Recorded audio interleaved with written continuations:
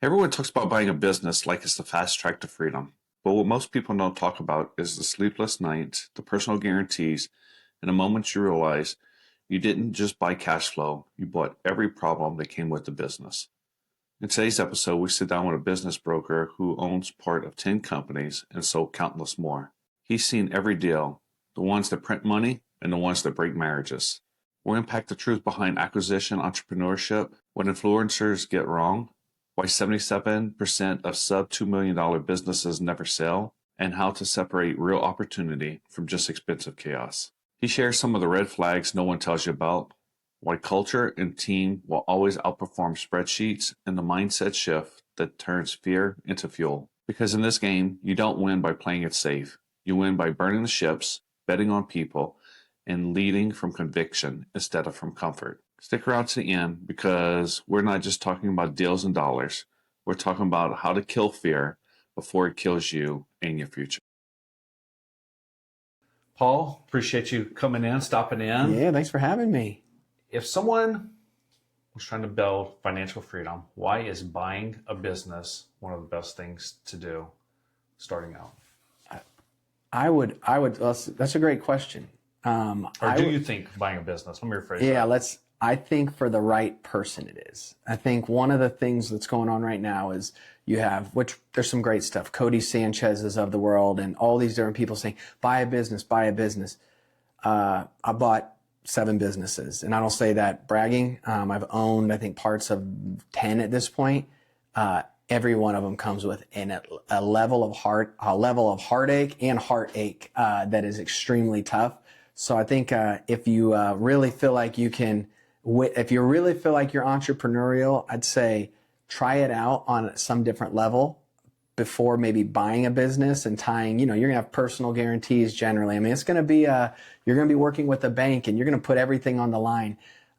Do I think it's one of the greatest ways to build wealth? Absolutely. You're buying generally, if you buy it the right way, a proven system, proven concept, somebody who's done it for hopefully, we could talk about how long they should have owned it, but 10 plus years. And they've gone through really those first several years of hardcore ownership. What do you think is the minimum number of years someone should have a business before you should consider buying it? Oh, it's tough because there are people that go in and they start things and they're amazing at marketing, putting the systems in place, but they want to do that for 2 years, 3 years.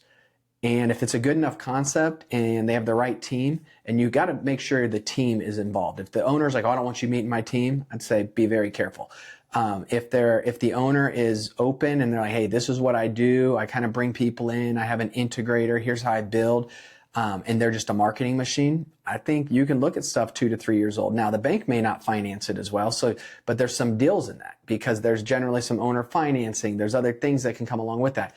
If you're just looking at, hey, I want a stable business that I don't want to have to try to reinvent the wheel and I'm trying to buy cash flow, I would say really looking at things at least 10 plus years older. And ideally, a lot of the guys I talk to, and that would be the way they would say, look at stuff. A lot of them have minimum buy boxes where it has to be 15 plus years or older. And then their average 10-year time, you see different buy boxes. I see people send me over all this stuff, but I'd say the average tenure of an employee, 7 years, 5 to at least 5. Those are where okay, these people, like they've actually built a culture. Because the biggest thing, if you see a lot of turnover, one of the things that can generally mean is the owner is completely not present. They're kind of a jerk, or the owner just does a lot by himself. And they're freakishly, and I say it's freakishly talented, because I've met those people where it's like, I would never want to buy this business because that owner is just really good at what they do, but they work 80 hours a week. They're never off. And that's a business I don't want. Yeah. I forgot what it's called, but there's a concept. So say business has been around for 10 years. There's a 50% likely, or there's a high likelihood that it'll be around for at least another 5. Yep. And so if it's been around 10 years, it cuts it in half, but it's, I can't remember what it's called, but yeah, I know what you're talking about. And I think it builds like that as you go 10, 15, 20. So it's like, it cuts it in half. So at 20 years, it's 10 years. And then, so the longer a business has been around, the likelihood of it being around half of that life is damn near 100%. It's exactly. And you're going to see, and like if they're a good owner, they're going to talk to you about what they've been through. And hopefully that's saving you a lot of those headaches of going through that. And that's the thing where, that's like I said, good owners will do that. If they're just trying to sell it and trying to get top dollar, I always, I struggle even working with clients like that. And not that we don't want to get them top dollar. We always say we want the right partnership. So you want to find the right person who can carry on your legacy.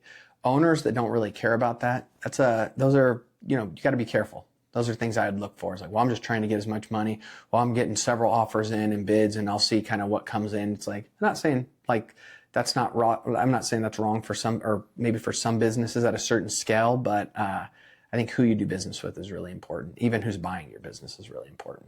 So I think one of the things, I started out in real estate and now getting into the business buying stuff, I was much more nervous buying my first business than I was buying my first rental property, because I always felt like I had the fallback on this property. It's going to be pretty hard to get it to zero. This business, it's very possible. And my wife and I have been really focusing on operations and human capital. And so what would you say is the most important aspect of keeping a business afloat and at least covering your nut? Focus on the people. I mean, I think you start with the people and then everything else trickles in. I mean, yes, operational efficiencies. I mean, are there businesses I see, it's funny, I'm probably on a weekly basis where I'm like, oh my gosh, they should be doubling what they're doing. But once again, I realize that owner might be tapped to their capabilities. So I would say and a lot of times those owners are exhausted. So it's like, if you can work with them where they like, I want to really focus on, like, we know we need to develop people. Well, then start developing people. Owners of the business, if they've been doing it a long time, can be your greatest guide, because they will generally know the stuff they should have done. It's just they didn't want to do it, or they got comfortable, or whatever it is. So I think that question, of really focusing on the people when you start out, and then beyond that, it's like then you got to pick the systems you want to put in place. And it depends on where the business is at too, because there are people, like, I've been in turnarounds. I've seen how it works. I mean, I've led turnarounds. So it's like, I know when it's like, man, when things are hitting the fan, you got to move at a pace that's just way different.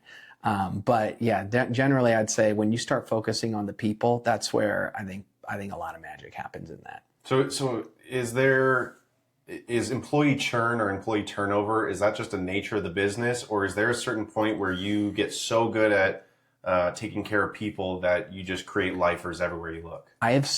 So it's funny, I've seen a lot of businesses, we'll say in Nebraska area, and we've sold stuff in Kansas. We have stuff up in the Northwest right now. I mean, so we can work nationally, but it's funny when I look at Omaha, it's like I've got to see several of the people that want to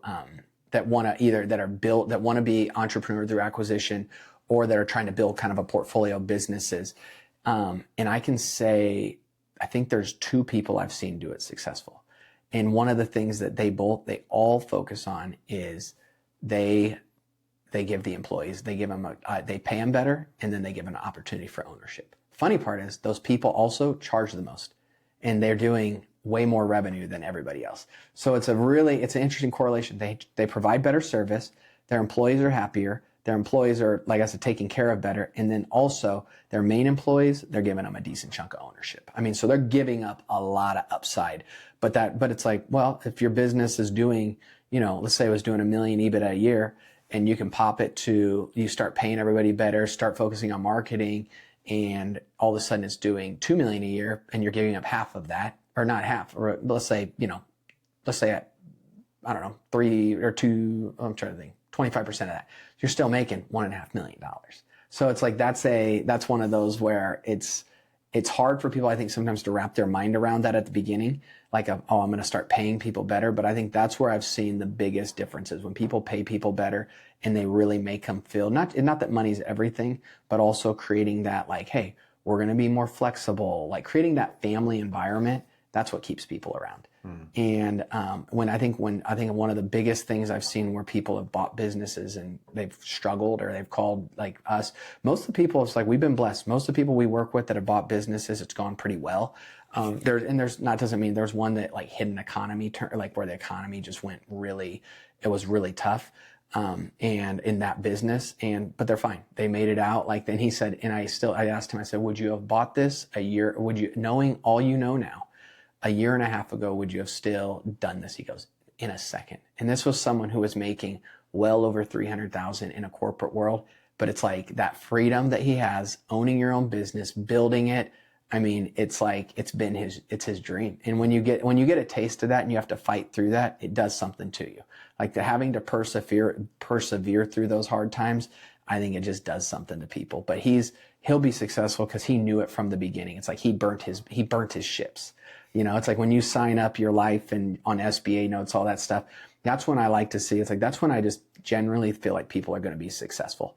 Like, yes, there's some economy things you can't always predict, but it's like when you own that business, you start figuring out ways to really make it through. Is what I've seen. At least that's what I've seen. So it's hard. It's funny. You asked about real estate and business. It's like, I think it's pretty tough if you buy the right business to fail. Now you can do stupid things to make it fail. Overspending, changing everything day one that the original owners were doing. Cause you might think, oh, well, this is going to be better. Well, if you have 20 employees and they're all used to that, that can really cause a lot of ripples. So it's like, those are things I always say, it's like, take change slow and, you know, kind of move into, it's like, and just get to know the people first. First 90 days, it's like, I would not do too many things if I bought a business. I'd kind of keep it where it's at. And then I would really just see where the people are at. Cause there are people that a lot of these owners, they might have kept on that shouldn't be there. And those people don't want to be there either, but they just felt a loyalty like they had to be. But it's like, those are the ones that's like, hey, let's figure out a transition plan. So you said you've been part of 10 businesses. What is your main business today? So it's a Rise Dash Ventures. We sell businesses. So we're redoing our website. Yeah. So generally we'll get a call or referral from an owner, or from a financial advisor, lawyer, accountant, and we meet with them. And really we meet just like this, and it's talking through. For us, we always say it's like talking through just like at a kitchen table. We don't want it to be like, give us your 5 main objectives. We want it to be, hey, tell us about you. What do you think of your employees? Okay. How do you like giving, what do you think of the community? How do you give back? We're asking questions that kind of like what we'll call is we're trying to break through and see what's the character of the person. Because, and that's what every business, that's what I think a lot of people miss when they're buying a business. It's like, well, if the EBITDA just hits this, if it just is 300,000, that means I can buy it for this. It's like, I think that's one of the biggest mistakes that Cody Sanchez and those people are teaching people, because that is crap. I mean, yes, there should be a system, but it's like, I would rather buy the great business and the great people. And it's like, if you're good enough and you believe in yourself, you're going to put those right systems in place. And we've had that conversation, but it's like, that's where I see people that I just feel like can be more successful. So we sit down with them, have a conversation. And then if they're like, if we feel like it's a fit personality wise, then what we do is we kind of put together, here's what we think your business is worth. We get their numbers. And then if they're like, we think like we're good with that, then what we do is we go out. Generally at this point, we're working with a lot of family offices, private equity firms, and really we become a recruiter to some extent, but we really become just the kind of the buffer of like, is this the right fit for them? And there's some businesses that are super hot where you'll get a lot of offers no matter what, people want to get into it. And then there's ones where it's like, okay, we really got to find, it's going to be a needle in the haystack, but that's our job. It's like, we're going to try to find that. And there's different avenues for research and marketing and finding those people. And there's different platforms like BizBuySell's a big one that a lot of people use for, let's call it businesses under 2 million EBITDA, but there's some larger ones on there. BizBuySell is a great resource because a lot of those deals, and people may try to act like they get done. Most deals never get done, like at that level, because you're dealing with so many facets. What was the percentage? You told me the percentage before. 77% of businesses, and it might have changed now, but 77% of businesses under $2 million in EBITDA never sell. So that shows you, I mean, that means there's guys all over, and I've seen multiple now. Now, I used to be like, that can't be right. There's got to be people that want to buy these. But the reality is most people don't want to buy businesses. They say they do. And that's the new thing, right? It's like, oh, I want my freedom. It's kind of like real estate. People say, oh, well, it's just hard finding. There's nothing out there. You know, there's tons of deals out there. Mm-hmm. Anybody that looks for them, there are. But it's like, you got to be looking and you got to actually be willing to take the risk. The thing with most business owners, most people will look for a year or maybe 6 months. They'll say they'll get really excited about it and they might get one under LOI and then they get scared. Because there's going to be stuff in due diligence. I mean, there's going to be stuff you're going to find and be like, oh crap. Now, if it's something where it's like stealing or some kind of like where it's like you see something, don't just ignore that. But if it's like, oh, they didn't keep their books right in this area, or they did this, or they have crappy equipment, or there's some of this stuff. Favorite. Yeah, it's like, that's what I was going to say. Then it's like that, therein lies the opportunity. So I always tell people, it's like, if you look through, it's like you'll be able to tell pretty quickly a good business. And then you buy in industries that are going to be sustainable. I mean, look out 20 years. It's like, people always say, well, I want the service-based businesses. Service-based businesses are some of the best businesses. They're some of the hardest businesses, though. That's what's so funny. It's like all the people I talk to, they're like, I want service-based. I'm like, go talk to owners of them and find out how easy it is to run them. But everybody, there's all these ads and, buy a service-based business doing X, Y, Z and buy it for this and, go buy 10 of them. It's like, if it was that easy, not everybody would do it, because I do believe it's not super. I don't think it's the hardest thing in the world, but it takes a risk level, it takes a getting it done level, and it takes you're going to deal with a lot of people during those years. And that's it's like, how many people do you want to deal with? How much of a headache do you want in your life? And yeah, can you set up systems for some of that stuff? Yes. But there's even like Gary Vee, he talks about there's something about that one-on-one and getting to know your employees. Like you can never, even though we all are limited with time, that's one of those investments you have to make. Mm. And you talked about venturing into different areas and just going for it, and you'll learn along the way per se. When we were actually looking at the vineyard deal, my wife and I had a lot of conversation about this because we loved the idea of it. We saw how we could make it make sense. Yeah. But we looked at our strengths and we didn't really have much to offer that we could improve value or even sustain where it was at. Yeah. And what we would have to liquidate to make that work. It's kind of eggs all in one basket. And granted, Elon Musk has done pretty well putting all his eggs in basket and getting it right 10 times over. But what would you say to people that are getting into a business where they might not have the right skill sets?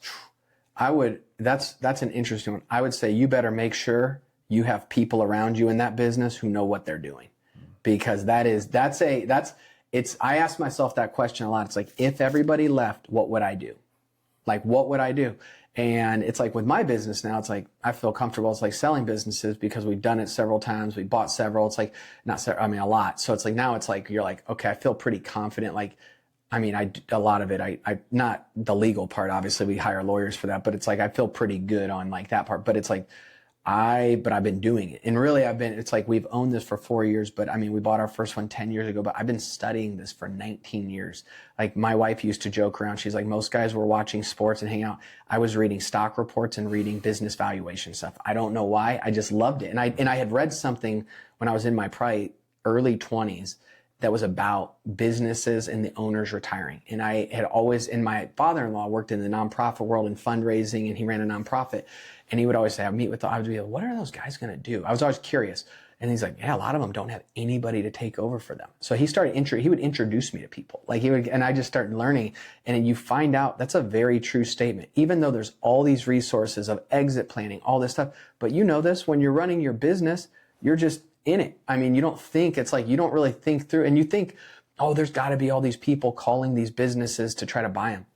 Nope.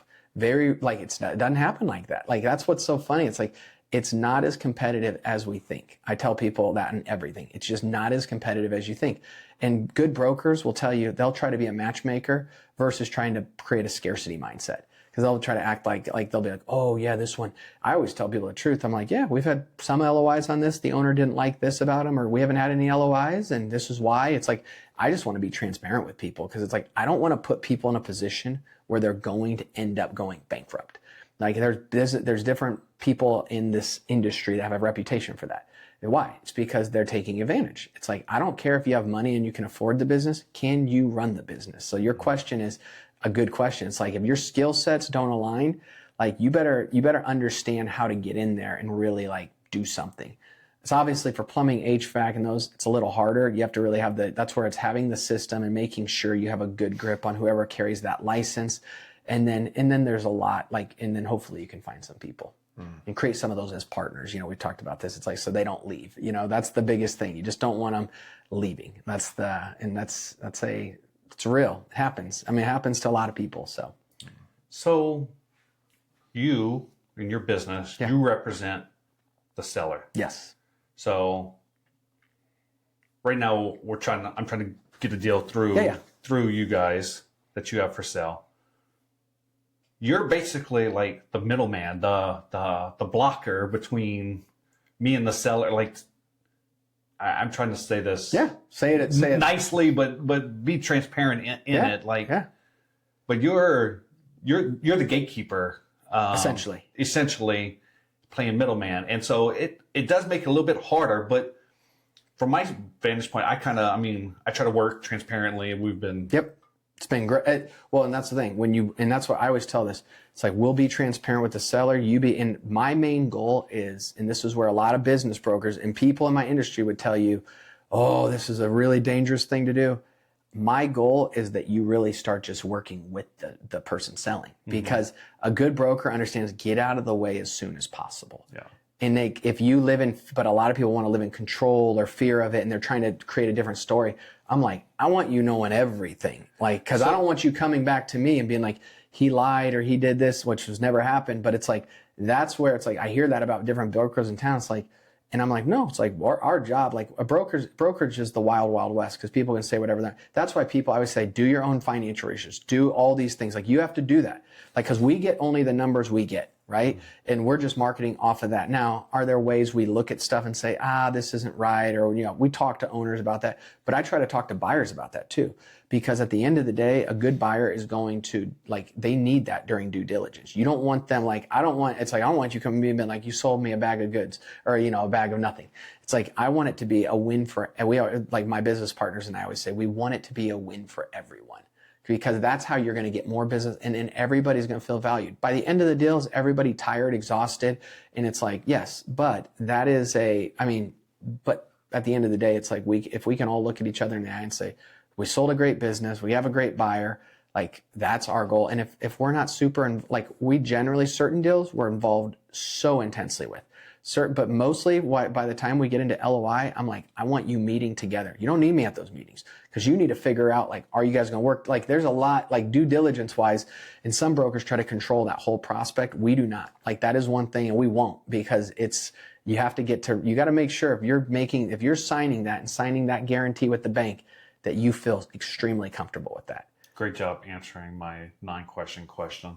No, it's a great question. I appreciate that. That's what I like about the business brokerage side, though, is it seems a lot more collaborative, and it's like, you want to sell, you want to buy, let's find a way to make this work, and I'm here to advise on the right way of doing it. Yes. Whereas real estate brokerage is more, you have these two egos going head to head, and whereas if the seller and buyer were just talking to each other, they'd probably do a handshake and say, let's do it. Yep. But unfortunately, there's too much malice in the business where you can't do that. Yep. So what is it about the business brokerage side, or maybe it's the industry as a whole, that, I don't know, I guess the culture, how is it so much different? Yeah. You can't ask the questions either. Oh, no. Well, that's a great question. So I would tell you this, so we always say we're eminent advisors.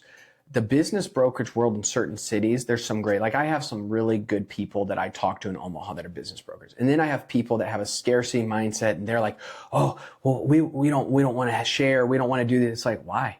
It's like, everybody, like, there's so many businesses out there. There's so many people retiring.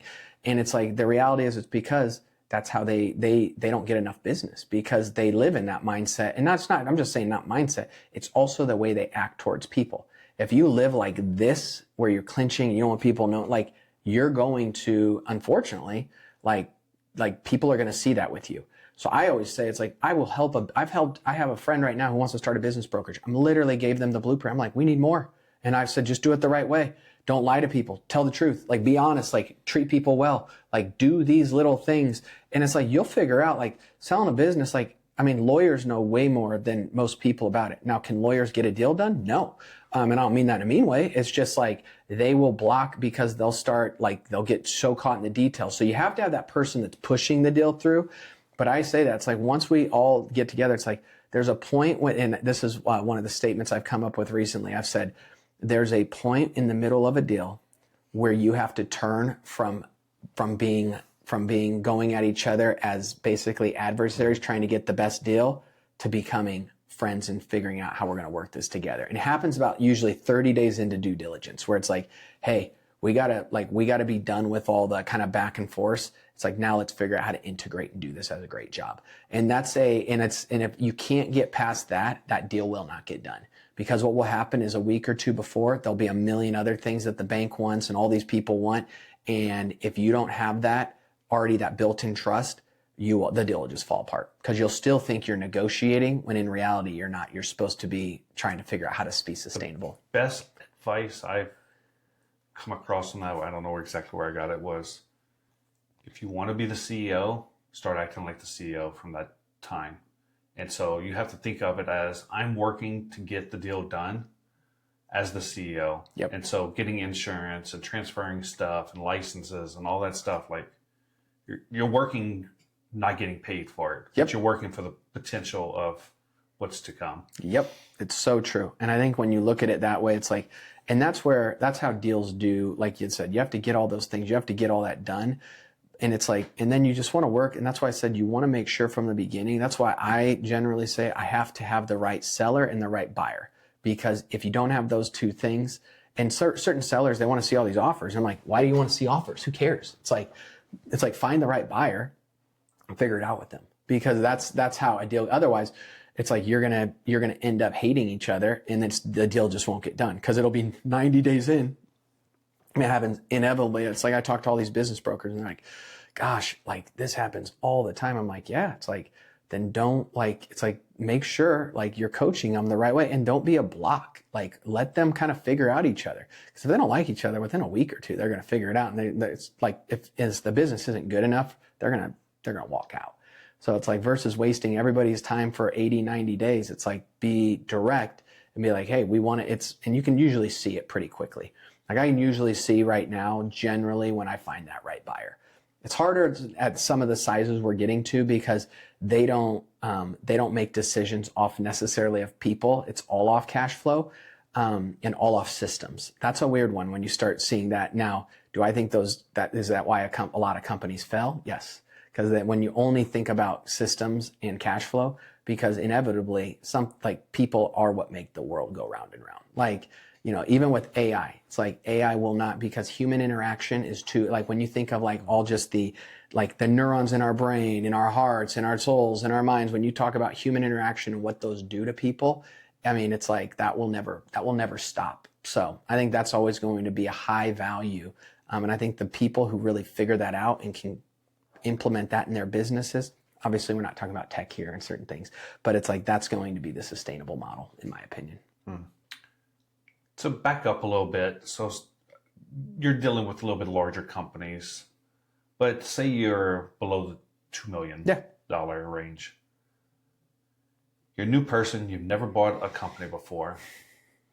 How do you approach a broker? How do you sell yourself as someone who's never done it? And you knowing that 77% of businesses under that mark never close. So you can more than likely waste your time on this person. How's that person sell it to you? So I'll give you, so I had, so we had a business, it all ties in. So we had a business that everybody, I had buyer profiles down. We had like 9 people who this business, it was just the perfect one, they said. I sent it to, I think I sent it to 8 of them. And one of them I couldn't find, or I couldn't remember what it was, but I know we had talked before. And I sent it to all 8 of those. And every one of them came back with a fear-based deal. And you're just like, okay, interesting. They say they all wanted it, but they didn't. Like, because fear became their greatest. They realized like they were, and I'll tell you why. And then the person who ended up buying it had probably the most to lose, 4 kids, all this, but what had that person done? They had already quit their job. And they didn't get fired. They had quit their job because they wanted to find a business. So I could tell in working with them that I was like, they had already burnt the ships, so to speak. And they didn't have a huge inheritance they were sitting on or anything like that. So that, to me, as a broker, it's like you're looking for those little intangibles. That's like, okay, is this person gonna do it? The person that has a really good job at Union Pacific, ConAgra, any company I'm using Nebraska ones, but that is, call it a senior manager, director who hates their life and tells me they hate their life. And I'm not saying all those corporations are bad, but I'm just giving you a generalization. I am very careful of those, because I learned this when I first started my business. Those are the people that everybody thinks, oh, they have the money, they can buy the business. almost zero of them will ever close, because at the end of the day, fear will become their greatest reality. When they go to their wife and say, hey, the bank is making us sign over right now our house and our assets, and it's a $2 million, and we have $2 million saved, we've been smart, and we make 300, 400 grand a year, that wife's going to look at you and go, no way. And so I try to make sure, is your wife, are they good with it? Like, this is what I would always do. Is your wife good with it? Tell me about risks you've taken in your life. What have you owned in your life? So you're getting a sense. Now, if you're one of those people who have really like studied those, like I'm going to call acquisition courses and those type of things, you better have all right, here's my financing structure. Here's who I have. Here's what you better be able to show, because certain brokers are going to want to see that. I generally don't, because I know, like, I can usually get a hunch by talking to them, and I know what banks want. So I know that there's creative ways. I'm one that does believe in that. Some people would say, oh, well, this is what the SBA wants, this is how it's going to be. And I'm like, we've seen some pretty wild deals that have gotten done. So it's like, I think that's where it's like I think you kind of get the sense, have they been entrepreneurial? And that's what I think most business brokers are trying to qualify for. It's like, can you and then they're trying to qualify for personality too, because they know what their seller's going to work with. They know if their seller's going to be good with that person. So that's a big part. Whereas I hear like people like, oh yeah, I can't ever get past like the broker. It's like, well, first off, don't always just work through a broker. Try to go find businesses, like go make cold calls, like send out stuff, ask your friends, accountants. And I'm literally telling people stuff to do that takes away business from me. But I realize there's so much business out there. And there's a lot of these smaller businesses that I want to see sell. It's hard. Like when I had one, probably 5-6 years ago, that somebody had brought us, they knew we were buying businesses, and I was running a nonprofit too. And they're like, we have this business. I think it was doing 400 in just repeat profit a year, with like, it was in the construction industry, and making another 300 to 400 grand a year, 800,000. The owner would have sold it for $230,000. He didn't even want money up front. He just wanted me and another guy, really, and the other guy would have been a big part, but he just wanted us to take over. He just wanted his business to continue. He's like, dude, I got like 10 employees. And guess what? They ended up closing down. Nothing ever happened.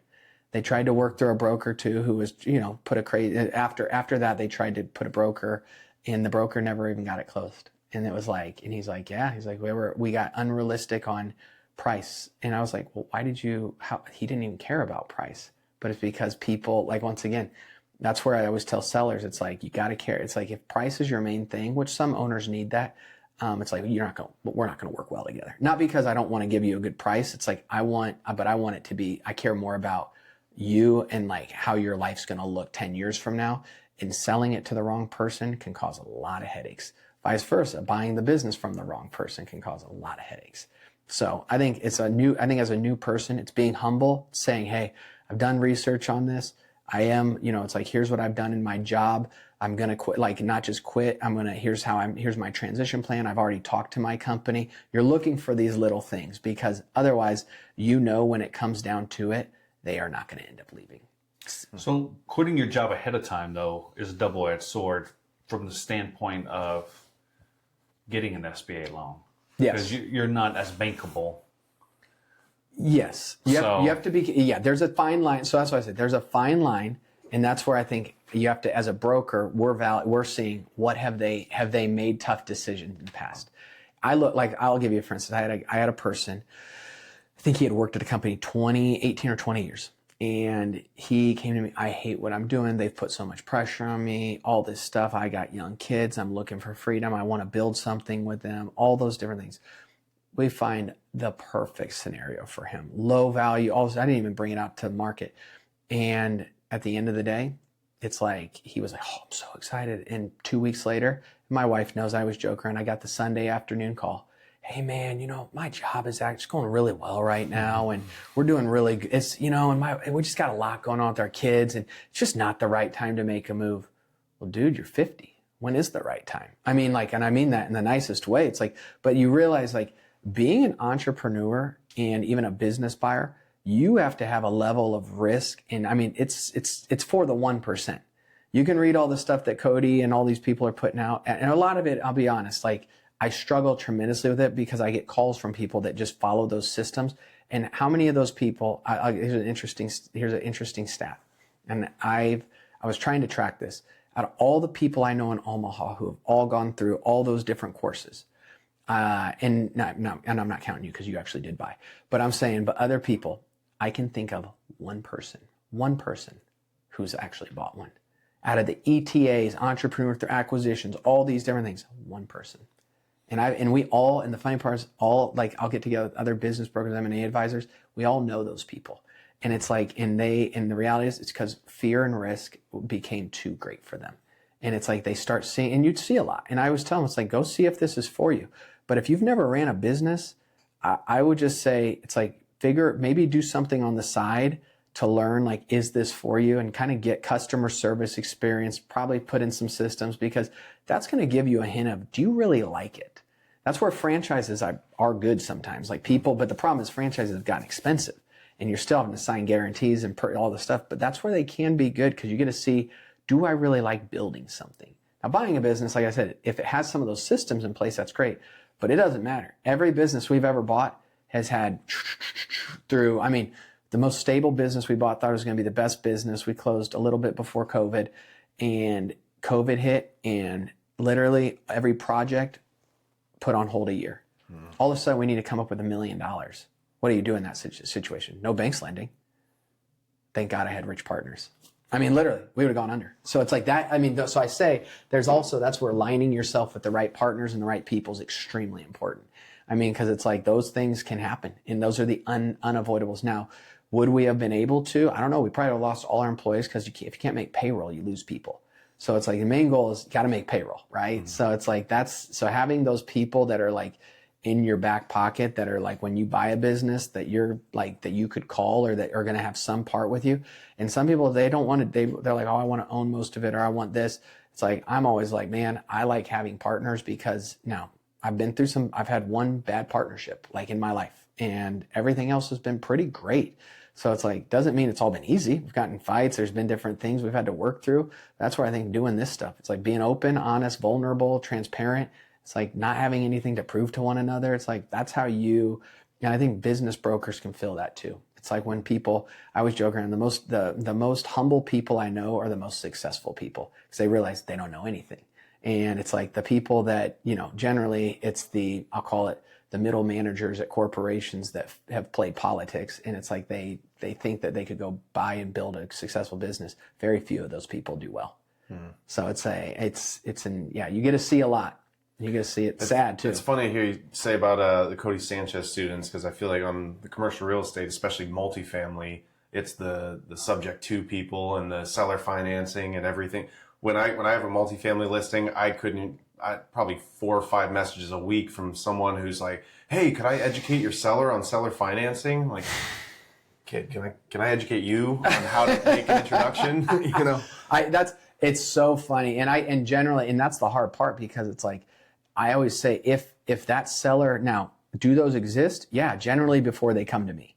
And generally those are built only through relationship. Mm-hmm. So and that's usually my response, is I say the seller is open to offers, but before considering a seller financing, he would want to, understand you and your business strategy. And normally they're like, "Oh, I don't have any business yet." Yeah, no, that's it. So. And that's the hard part. That's where I think you have to, it's hard telling people to do this, but it's like, you just got to pull the trigger. Mm-hmm. Like there is a level where it's like, and even like the guys, and it's funny because now it's like I've sat down with guys that own several businesses, and they, but they just pulled triggers. Mm-hmm. Like they just had to get over that fear factor. And if you can get over that, and like I said, you'll find things if you just stay on the move. Like if you're moving and just trying to figure out stuff, you will have opportunities that will cross your path. That is, and I can say that from our world.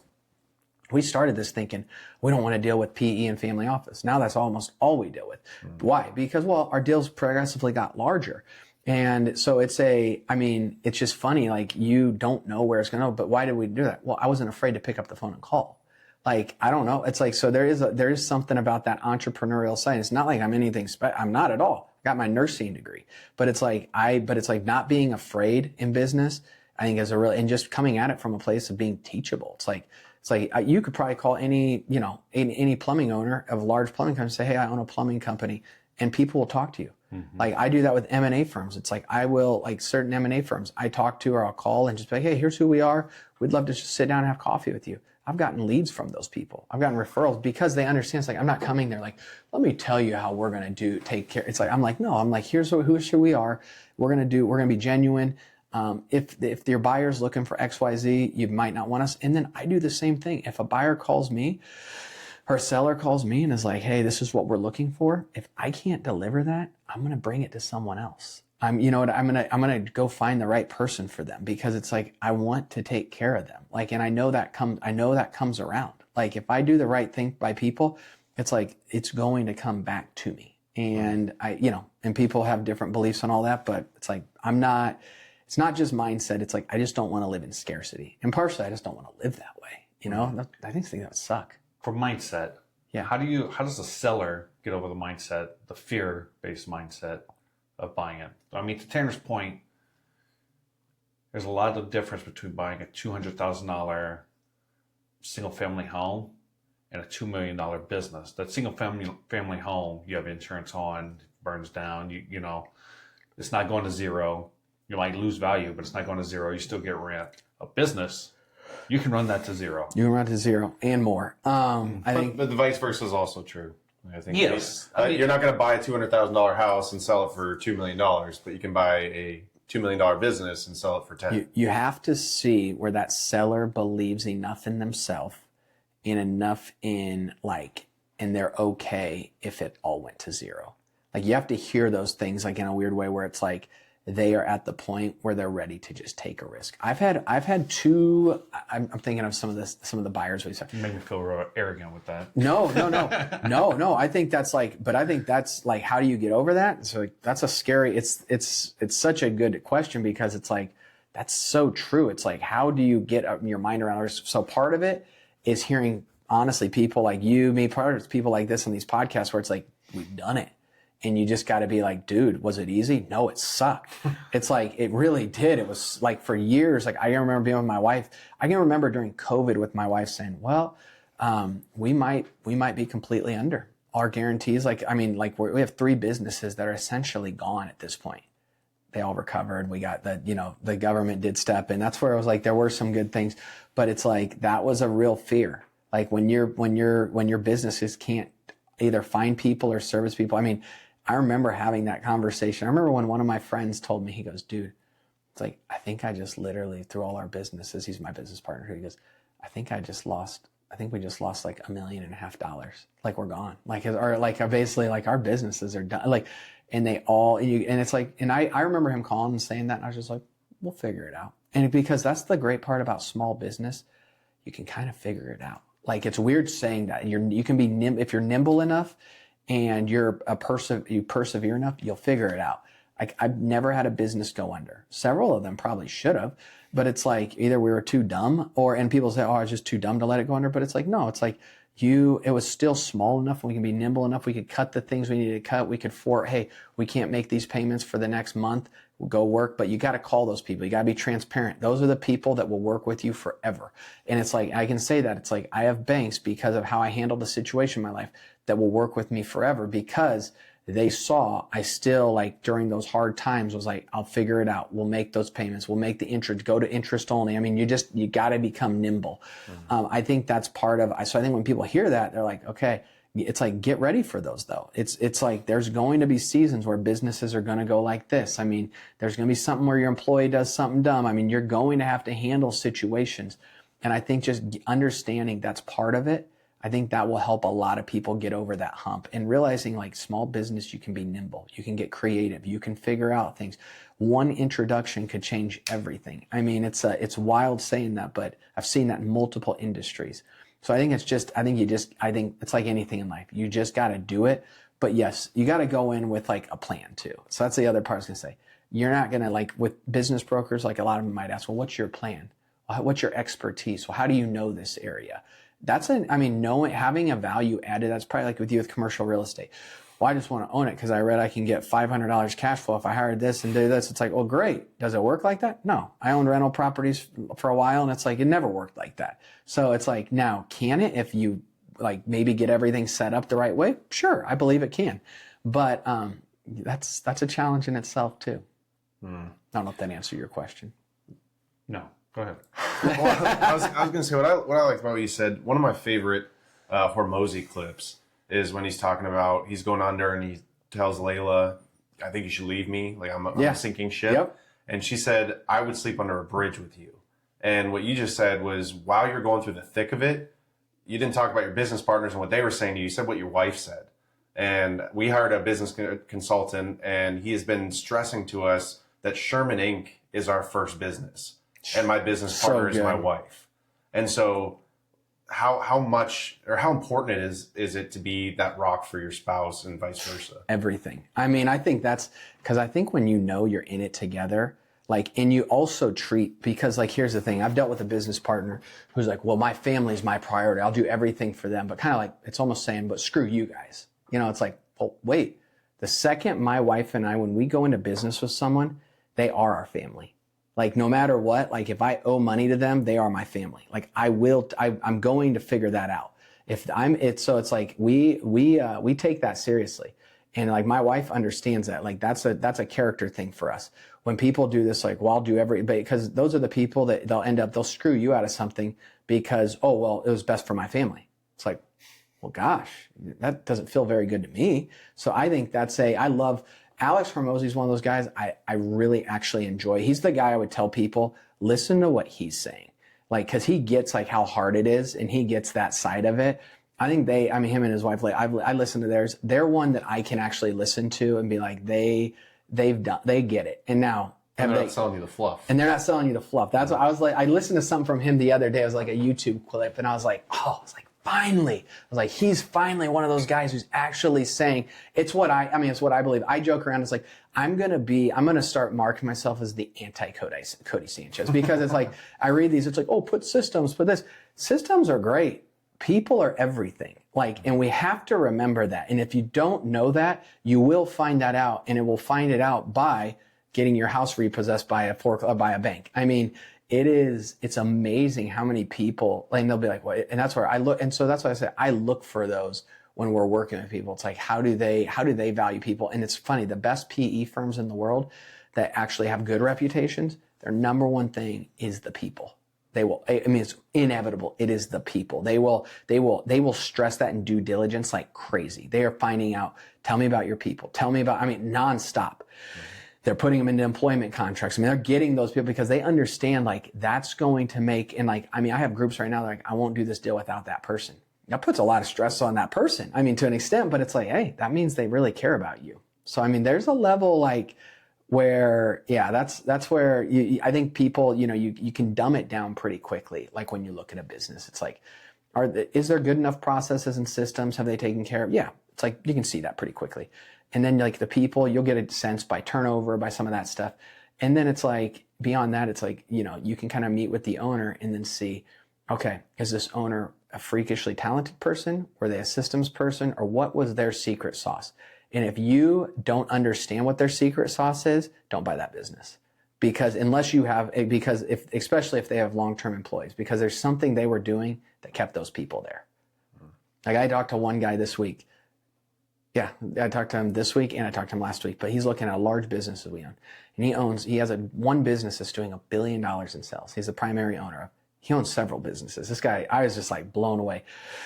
He was an ex-PE guy and he just was too entrepreneurial, went out on his own. But I was just talking to him. And it's so funny listening to somebody like him talk because all he cared about it wasn't even like, it's like the product, yeah, some of that, all that, but he was just like, the people. Tell me about them. How long have they been there? Okay, what do they want to do? What's their plan? Every question was just geared into that because I asked him, I said, what's your strategy? He goes, I back the person. He goes, I'm the majority owner, but he goes, I back the person. Beyond that, he goes, if I don't have those like one or two people that I feel like are going to stay for 15 years, he goes, and I'm going to tie them in. He's like, I'm not buying the business. So there's a level of that that's just interesting. Damon John, I watched an interview from him. He says the exact same thing. The companies he invests in, he's like, I want to, like, this is Bombas. What's that? Talks about socks. Yep. Oh, yeah. That's the biggest thing. That was the biggest. Did you see that one? I saw the clip when he was talking about it. He's like, it was socks, blah, blah, blah. I was a fashion guy, whatever.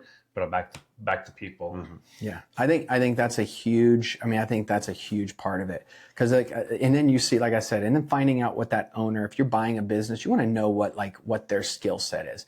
And I have owners I work with where I'm like, okay, there's a huge opportunity here, because they are, like I said, they're either exhausted, they may not even like their business anymore, and those are ones where I don't mind taking those, because if they're transparent about it, because you can sit down with someone like you guys and be like, hey, I don't really like my business. It's a great business. It makes really good money, but it needs people that care. But my guys like working for me because they can kind of do whatever they want. There's some mixed bags with that, because they can do whatever they want. When you buy that, you're going to want to set a culture. So, I mean, there's going to be some back and forth, but how you go about that, I think, makes a big difference. How do you evaluate a business based on that? So, you say, oh, it's 3X, it's 5X, it's 7X, or you run these complicated, That's a great question. I don't see, all your questions are good. I don't value it based off of, it's hard to say. So we look at comps, right? You look at comps, and then there's industries, and then there are those one or two businesses where it's like, hey, they're doing this, but they could do this, but they have the right people and they're going to do this. So I'll give you, there's one right now, or there's one that we had, it ended up multiple offers, and they were doing, so they went from 20 million in sales to, I think, 9 million in sales, close to, these are rough numbers, could be a little off, high teens, 9 million.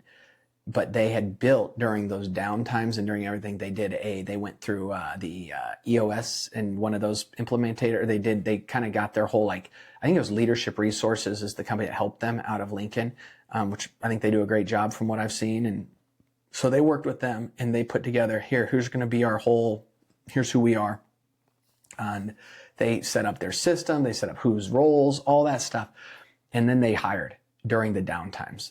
And when we got hit with a weather event, this company was driven on weather event, they went from 8 or 9 to 35 to 40. And they had told every group we were talking about, if we get hit with this weather event, we will do this amount of revenue. They did 5 million over what they had thought, because they set it up the right way in the hard times. There's something about this. So it's like, but guess what? That means during those hard times, the owner might go from making $1 million to, or maybe, more in this case, $1.5 million, to maybe they're only making $1 million that year. Maybe instead of making 4 million one year, they're making 2, because they're getting it set up to make 10. I mean, so I think but making that investment, that's real. Like, when do you make those investments? How do you do that? And that's where I think from the beginning, having a system that's like, we're going to follow this, but you don't have to be so rigid in it. I think that's where, I think that's the danger. Certain people get really rigid, and I'll talk to people, and it's like they miss the opportunity. So I think that's a really important thing, is like, it's like there's just a nimbleness when you're buying a business, and there's ways to figure out almost everything. You can tell we've been doing this a while, because I've been waiting to weave this question in, which is kind of along the same lines. But at each multiple growth and EBITDA, what would you expect to see as far as staffing? So, for example, if you have a 500,000 EBITDA, you probably have a sole entrepreneur that does most of they're an everybody guy. Yep. But the 5 million EBITDA, you would expect to have a senior level manager, junior manager, and so on. Yeah.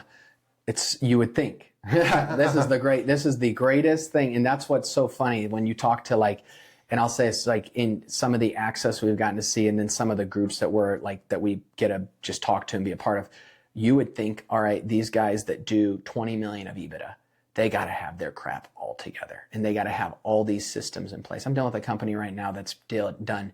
They've had years where they've done 9 million of EBITDA, and they have no CRM, nothing, no customer databases, no all this stuff, but they do exactly what they say they're going to do.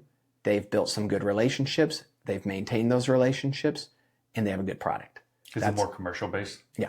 So it's it's really funny though. You're like, you don't have any of this. And then I've dealt with vice versa. I've dealt with plumbing companies and different companies that I've seen, multiple that I've seen in the trade services, where their owner was just ingrained and really good, and you would think they would have all these things, but they were running at half of what they needed to have, but they were super profitable.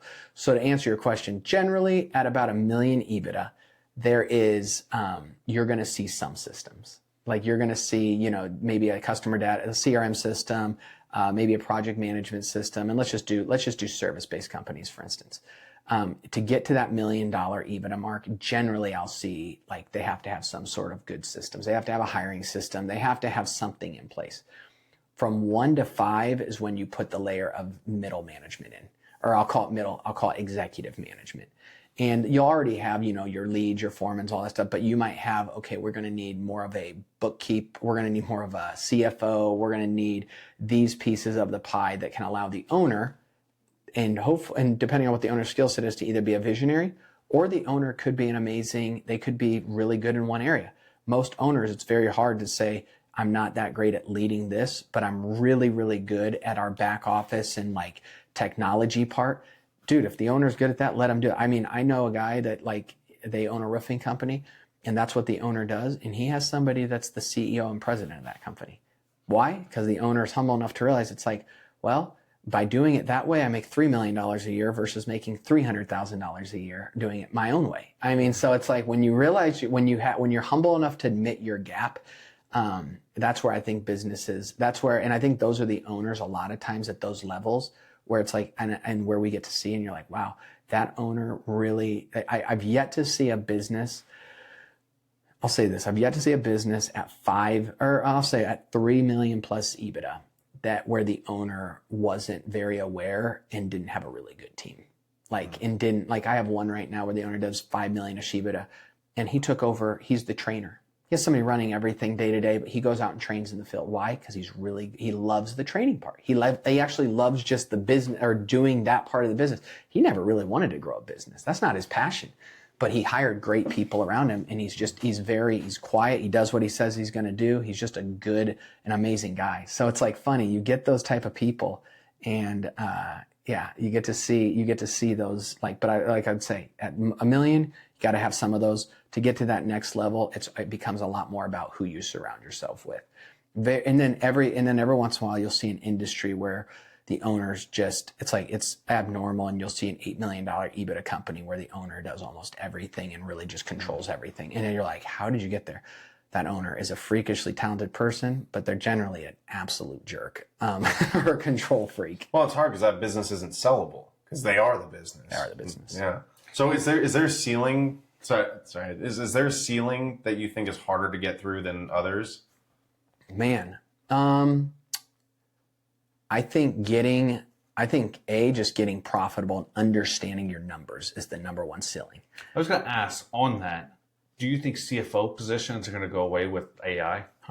You don't? There'll be, because there will be always a people side of interpreting data. And there'll always be that side where it's like, how much do you trust? I mean, okay, ChatGPT, it's getting a lot better, all that stuff, but I'll still have things where it misses like crazy and it doesn't know exactly. And it's like, and I'm decent. I mean, I use a lot of that stuff, but I think there is I think having good accounting and good CFOs and people that understand how to interpret numbers. And then the next thing, good CFOs know how to give you strategy behind those. So I always say, what makes a CFO? Strategy. It's strategy. So one of my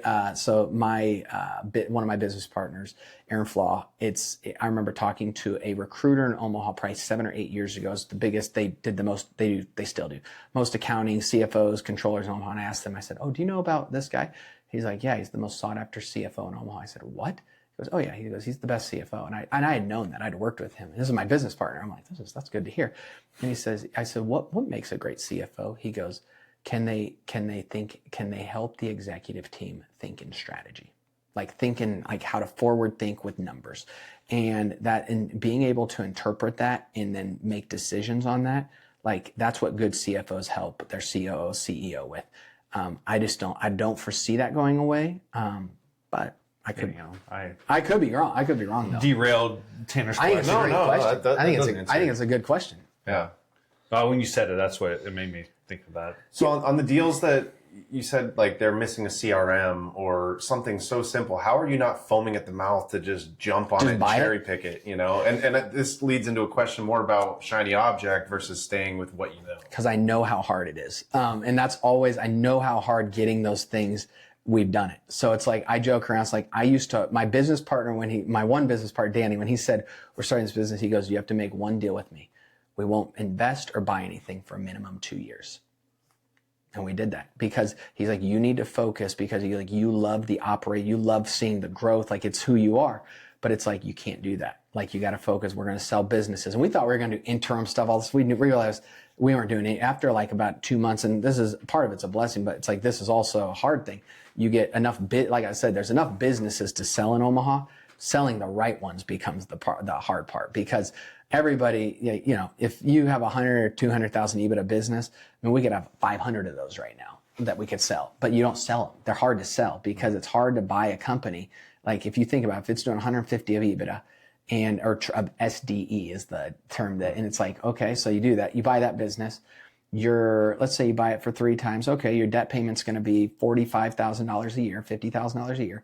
That's $80,000 to $90,000 to live off of. That means there was no dips, nothing bad happened or anything. Not too many people can live off that. So it becomes how does that become sustainable? You better grow that thing. So I always say at that level, if you really want to buy a small business, you better have a plan and you better be able to implement that plan really, really well. Yeah. And quickly, because unless you have a lot of money where you're like, I'm okay, this is the right concept and I'm going to grow it. Have I seen that happen? Yes. I guess I look at it, I've been lucky, if you will. I started later because I spent 20 years in the military. Yeah, you were in the military. However, that 20 years in the military also gave me the security to take the gambles because I can not worry about how much money I'm making from the business and service the debt and focus on growing it because I do have a military retirement. So it's yes, I started at 40, but I also have security. So, but that's a blessing. Like what you did is, I mean, that's a blessing. Like, and that's where, I mean, in the perfect world, should everybody have passive income and have that before you buy a business? It'll help you sleep better at night. Cause I know what it's like not to, but it's like some people, it's like, you know, the people that are, you know, in their 20s or early 30s that saved really well, they're like, hey, I'm going to just go after something. I think there can be something. I think that can work too. But yeah, that's a tough way to, I mean, that's like you said, doing what I just talked about, that's tough because that's a lot of risk. So what about you're not as much risk. The 18-year-old, the 19-year-old, the 20-year-old that wants to start out. Go learn. Just so go learn. You wouldn't recommend them? No. It's too much of life. If you haven't, unless, I'll tell you what, like, it's like with, all right, we're going to get into Nebraska football real quick here, okay? Are you guys okay with that? Are you Nebraska football? I might start twitching. But, okay. So I've been saying this. It's like, all right, I think Dylan Raiola has one of the best arm talents in the country. But his decision-making, processing, and quarterback pocket awareness is some of the worst I've seen. Well, why is that?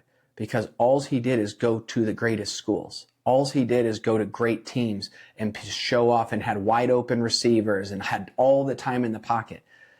Give me the person that had to work their way, their butt. I mean, it's why in the NFL, why do all these first, second, third round picks not make it? Why do the guys that came off of practice squads, D2 colleges and all, why do these guys make it longer? And I'm not saying there's statistics about all this, but it's like because they had to go through some heartache.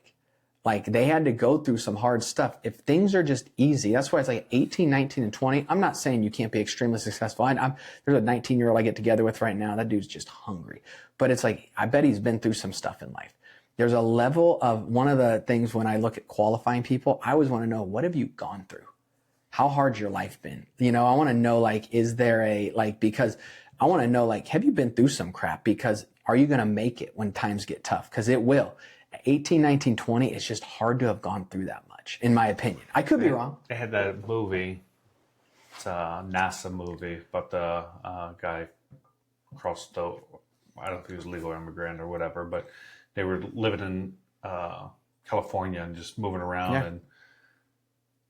But because of that, he didn't have as good of grades. He didn't have as much opportunity as others, and they kept denying them. And then finally, by the time they found out his story and where he'd come from and how much work he had to put in to get even where he was. Yes, he didn't have the ceiling everybody else had, but he had smashed through 20 other ceilings on his way there. Yeah. And so they were like, we got to give this guy a chance.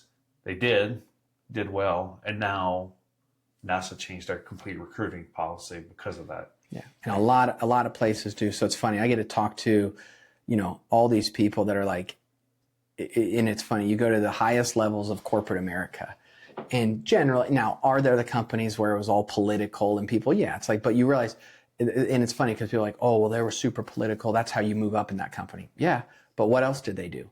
They moved. They had to go places. They tried new assignments. They persevered at the same time. Well, yeah, did they probably kiss a lot of butt? Sure. But it's like, you just never know if that person's going to be that level. Like you just never know. You know what I mean? Like and that's why I always say, what have you gone through? It's one of my questions I ask a lot of people. It's like, I just want to know, because it's like, if you've gone through hard things, it's like, well, yeah, actually I went through this. My wife almost left me. We had this going on. I had this addiction battle. And it's like, and I'm not perfect, but it's like, every day it's like I'm fighting, and it's like, and then, oh yeah, we built this at the same time. We see this successful thing. I'm like, I want to work with you, because that means you've gone through stuff and you know how to work. You know how to get through things when times are hard. So I'm curious, what's your why? I want to see people's lives transformed. That's my biggest thing is like, so business is just an avenue. Mine is like, I want to see, I'm a believer. I want to see people do business differently. I've sat down with so many people where it's like, oh, my employees are this and this, it sucks. It's like, and I'm like, man, learn to serve them, learn to like love them, learn to like be in people's lives. So it's like, I don't know. I look at business as like the number one job as a CEO is to be with the people, is to care about the people. And it's like, if that, it's like, if I can help people along the way doing that, and I can transition cool businesses doing that, that's what I care about. I want to give generously, like our business, we give from the top, and we want to keep doing that. We want to increase that. Right now we give, and isn't bragging, we give 10% from the top line revenue. So it's cool. Like this year, I hope we're giving, 150 to 200,000 minimum to the community, and hopefully more next year. It's like, we want to keep doing those things and just growing it. And so I look at it, we always say it's a generosity machine. And so I want that to be, my why is like, I want to be, and I want my kids, it's like, I want to be able to like, just have fun, like with my business partners, and have fun with the people I'm in business with, and do cool things. And like, it's like help people out and see people that, hey, we bought a $500,000 EBITDA business. It's doing 10 million EBITDA. Thanks so much. It's like, those are things I get passionate about, because I think that's where, I just think that's going to be, it's like, at the end of life, I'm going to lay there one day. It's like my kids, my family, and how I treated people and how I love people. That's all I'm going to be remembered by. Nothing else matters. The stuff, any of that stuff. And not saying that's not fun. I love eating out at good restaurants. I like going to cool vacations, but it's like, I know that at the end of the day, it's like, those are the number one thing people always say is, I wish I would have had more time. So I do need to figure that part out, because I do work a lot right now. Wish I would have had more time, and I wish I would have had more kids. Those are or more time with the people I loved, and I wish I would have had more kids. Those are literally the top two things. Mm-hmm. Oh, that's awesome. And back to the Damon John thing, he was talking very similarly. He said that there's, the people that get on the show on Shark Tank, and they go up and they're just looking for publicity and all this stuff. He said all of the sharks, like, there's nothing they hate more than that person that comes up just to pitch their business and asking for, $10 million for 1% of my business, whatever, just ridiculous valuation. And he's like, the reason that we hate it so much is because there are thousands of people that apply for this to get on the show. And you just stole an opportunity away from someone who's trying to change their family's life. And he's like, and I will never forgive you for that. Yeah. Like, so I mean, I've never heard it said in that way, but similar to what you just said is about helping people achieve something that they never thought was possible. Yeah. And just doing it the right way. So what's your take on private equity, a business selling to private equity, or even home offices? And what is the difference? And family offices. So family offices, generally family offices, and we've like, it's funny, they look at our businesses a lot. Generally what it is it's people that, they had a lot of wealth, or, and they had already built a business, or They had made a lot of money from being a corporate executive, whatever it was. They had sold a previous business. They owned a ton of real estate. So family offices are, they can be great, but they're extremely choosy. So they do not and that's the hard part. It's like they get so many people that come to them with, hey, I got this $10 million real estate portfolio, or that I could get under contract for this. And they're just like, it doesn't move the needle for them. So finding their why and like what they're actually interested in becomes extremely important. And each one will be a little different. So really you only find that by getting to know them through just relationships. And then it's like that one I was telling you about that owns that $1 billion business. He's basically a family office. And now the benefit of those is they can move extremely quick when they want to. Mm-hmm. So that's the benefit. Private equity moves at the slowest pace you could ever imagine. And then what will happen is, but you can tell when they want something. And the nice part is they will pay more. Private equity is a two-edged sword, right? Because you're going to, now, is there good things like systems that need to get put in businesses? Yes. The danger with private equity, and this is where I would say it's like you got to make sure as just as much as they're doing due diligence on you, you got to do it on them. It means you call people they've worked with, you call executives they've worked with, you called it, and you just see how did they treat the people. Because like I'll give you that one family office, the guy I'm talking to right now. His business development rep told me, he goes, you know what? He goes, the one thing cool about him is if there's employees there that maybe shouldn't be there, he'll probably just keep them. Because he realizes some people, especially if he realizes they're a culture person in that company. Because every company's going to have a couple people where you're like, I want to get rid of you, but should I? And if you have to, and I think the question is, you have to ask yourself, okay, you might think, oh, well, they don't really do too much. But what if everybody there just loves them and they're a stability piece for the company? That can save you a lot of headaches. Because I know companies like that where they have that person where it's like they've kind of just been there forever. And their job may be a job that could be $50,000 a year, but they're paying this person $150,000. But it's like, you got to realize, okay, so let's say you can make an extra $100,000. Can you really? That's always the question, right? Can you really? Because, so I think private equity will always cut those people. I think family offices will get like, maybe sometimes those are important. So I think there is but like I said, not all PE firms are created equal, because some of them will come in and say, well, I want to, we're gonna help you, and basically you just run your company and we'll just help you. And you're getting a bunch of money from them. That does happen. So it's not, like I said, there are not all of them. They're all different. I mean, there's thousands of PE firms. They're all different. And it's like, I mean, I have my literal call after this. I think I have 2 more today with PE firms. And it's like people that have looked at stuff or are looking at stuff. And you get a sense like by where they built their wealth, or even where their partners built their wealth, of how they're going to run their companies. Like the ones, and now I'll say this, people are like, oh, I hate dealing with the large ones. We've sold to the large ones. Here's what I'll tell you. They're not as bad to deal with as you think. They're not, it's like most of those people are just running around like chickens with their heads cut off. And you think it's going to be, oh, this smooth process. They've done it. They've bought they've bought companies for $50 billion. And it's usually the most dysfunctional. It's like, so it's just funny. It shows you because they involve so many people. Their teams are so big. I mean, I've never been on a conference call where we had 30 lawyers on one conference call. That conference call probably cost the PE firm $20,000, $20,000 to $30,000. That was one call. We did a refinance on some townhomes we own in Lincoln with a PE firm, and there was probably a good 15 to 20 people that we were talking to at any given point. It took 10 months to close this refinance. Absolutely insane. Yeah. And they're just hot potato. Who are you talking to today? That's literally, I mean, it's the funniest thing when you're dealing with them, because that's literally what we deal with. And and I just laugh because I'm like, man, you would think it's the best and brightest, but you realize they're also, what they're doing, which is important with this day and age. And I'm dealing with some stuff with this right now. But on investment, but it's like, they're validating everything. Mm-hmm. So there's good parts. I mean, that's where a lot of owners though, like I had one the other day where a guy called, or maybe it was a month ago, the guy's like, hey, I love this company. I think it's a great company. The industry's good. I have some investors for it. 2 million EBITDA out in Colorado, industry that's not going away. And the owner was like, hey, or the broker, the question he would ask is, if you go into LOI, because we put an LOI in on it, if he signs it, will you make him do a QOV? Because if you make him do a QOV, he won't do it. well, then we're not going to do the deal. At that level, you got to get a quality of earnings done or understand. So it's like he's going to end up selling probably for, let's say it could be a 7-8 million. It's probably, 3.5 time multiple kind of company. So let's say it's a $7 million deal. He'll probably end up getting 3 or 4 because he won't want to do those QOVs. So you got to pick your poison. I mean, that's like the whole thing. Private equity firms, you're picking a poison that during due diligence is going to be extremely intense. Could it be better for you? Yes.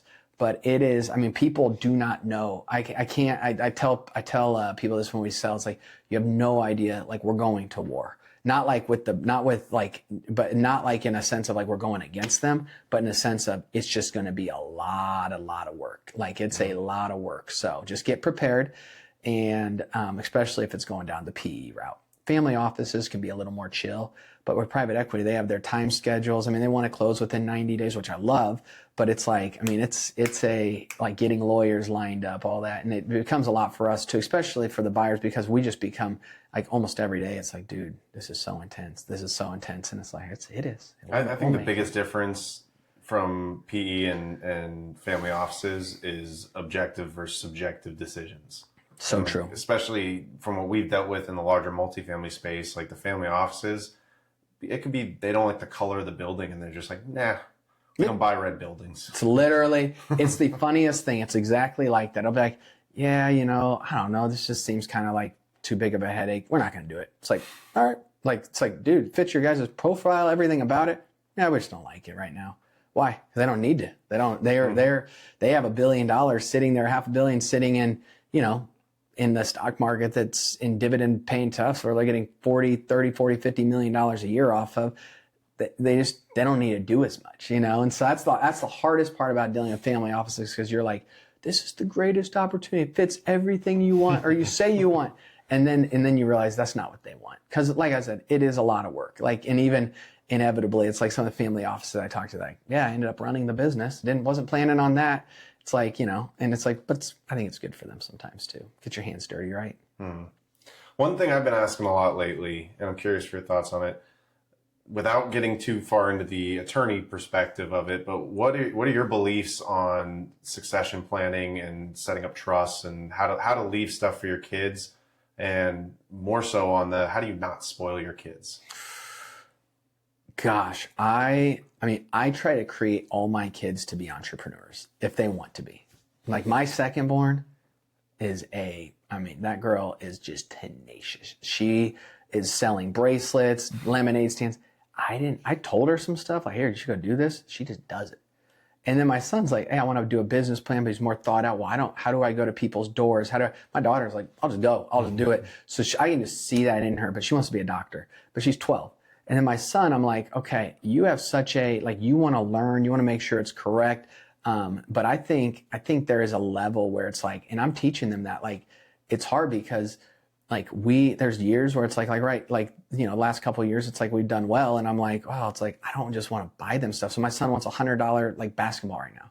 But I'm like, hey, one of the things we talked about is when you figure out how to start making payments for your donations that you're giving, Feed the Hungry or whatever it is, when you figure out all these things and you come and here's some ideas I've given you, it's like, then we can talk about getting that basketball.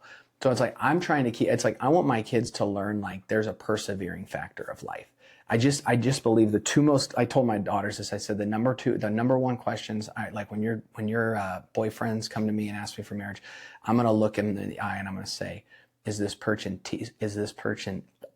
teachable, humble, and can they persevere? Those are the only three. Basically, are they gritty? But I'm going to look at those, and if I have a check in any of those areas, I'm going to be like, I got to see some more, because there is a level, and I want my kids to live like that, because it's like I just know it's like life, you're going to get hit one way or the other. I've dealt with guys who have been successful since day one in business, and they always made money. And then something happens in life that throws them for a curveball, and they do not know how to handle it, and they go off the deep end. Literally, I've seen that happen to multiple people. And it's like, well, what happens? Everything seemed like they could control everything. When you have to learn how to not be in control. So anyway, I think that's a huge, I think for my kids, I try to teach them, it's like, you can't control everything. If there's uncontrollables, how's your attitude going to be? How are you going to respond?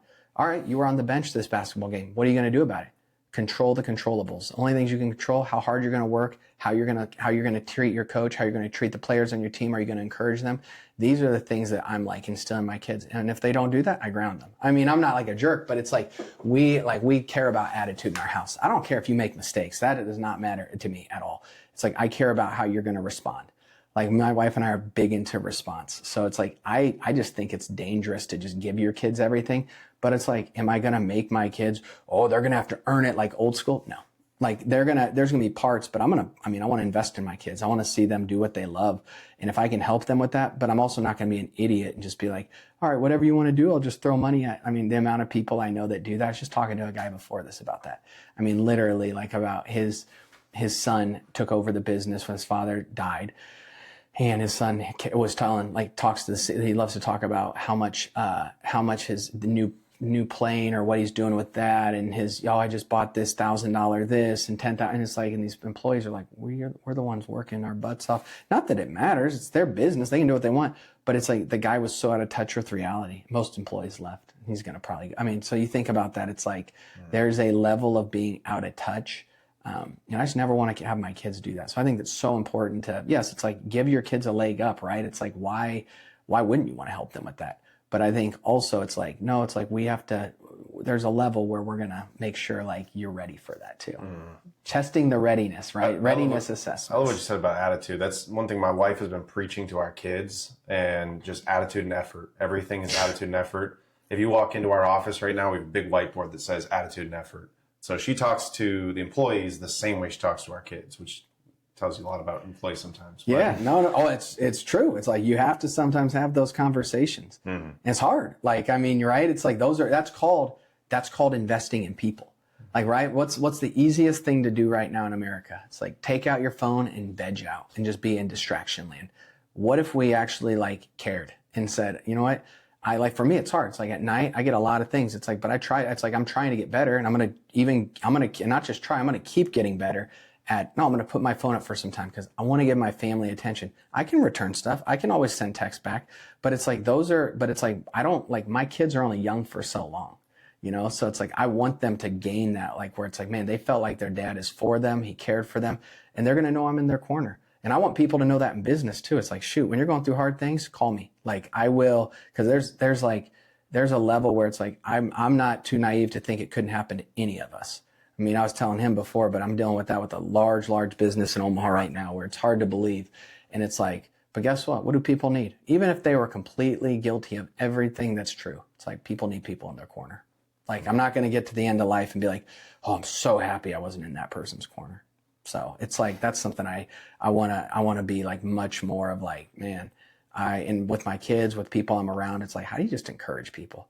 I've sat down with so many business guys who are like, oh, you'll see how hard it's going to be. Or, oh, you'll see this. And I'm like, I don't know. I've been through a lot. I don't agree with you. It's like, doesn't mean it's easy, but it's like my mind won't go there because it's like everything can happen.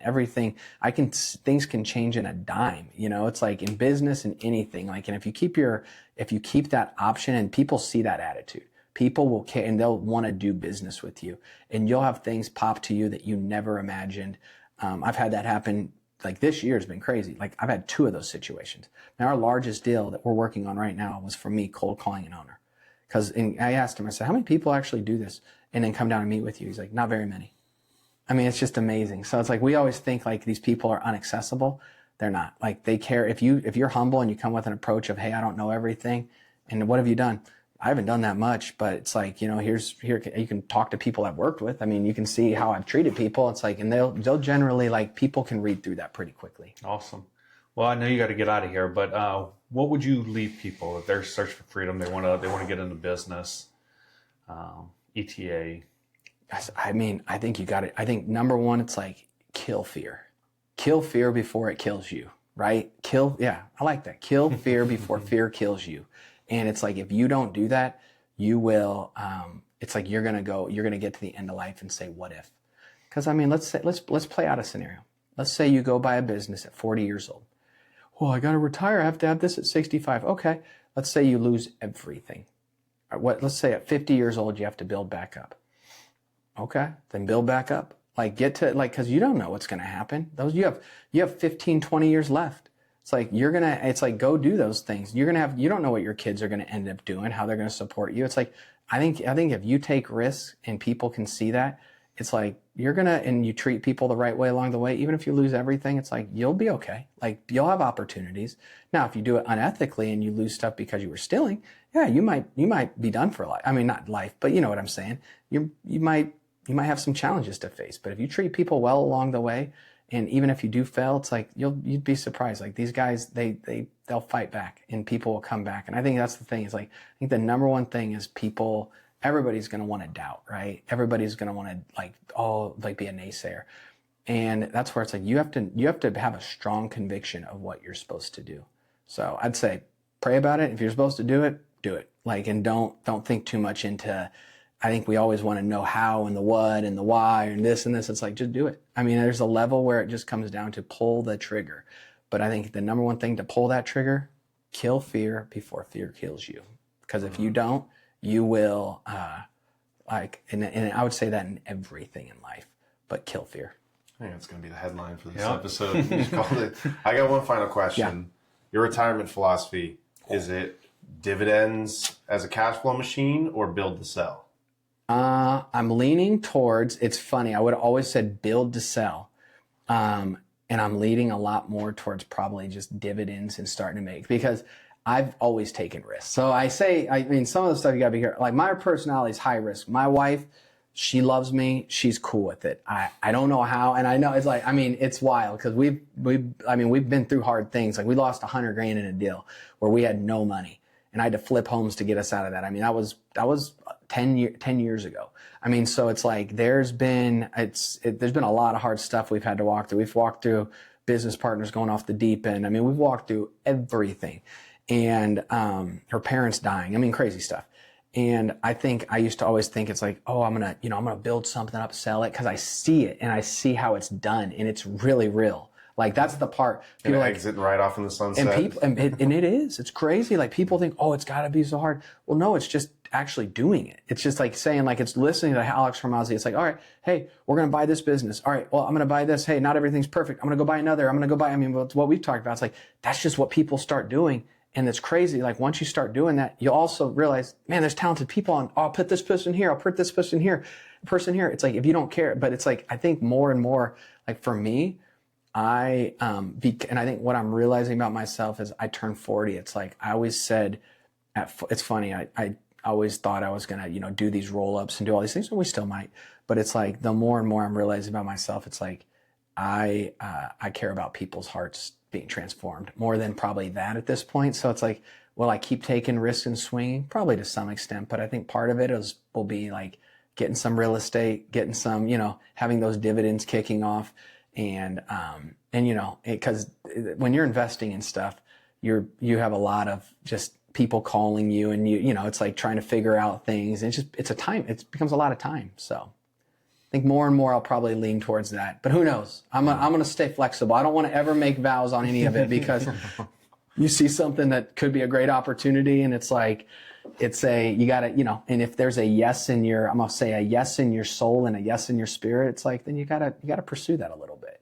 I think a lot of people, we get those, and we don't always, it's like, we're kind of like, we know we should do something, and we don't. I always joke around with people. I was like, if you come around me and you have a question in your life of should you pull the trigger, and you feel like you should and you don't, you're probably going to end up losing your job. Not because of me. It's weird. It happens to all these people I do stuff with. Like, they'll like be the guy, and it's like, and it's so cool, because I'm like, they'll be like, yeah, I met with you, and remember I was scared to buy that business, and I ended up losing my job, and it was the worst thing ever, but then it ended up being the best thing ever. It's like, I don't know. God has a weird way of getting us where he wants to get us. So I think, yeah, it's like, if you start feeling that, if you start feeling like you're supposed to do something else, that's why I would say, make the change, like, get ready to plan for that change, because it's going to happen. If you know it is, like, and you're supposed to do it, I think God has a way of being funny and getting us there. So. Perfect. Well, I appreciate it, Paul. Yeah. We'll have to do it again. Absolutely. Thank you, Ryan. Thanks, Thank you, Tanner. Appreciate y'all. Thank you. Yeah.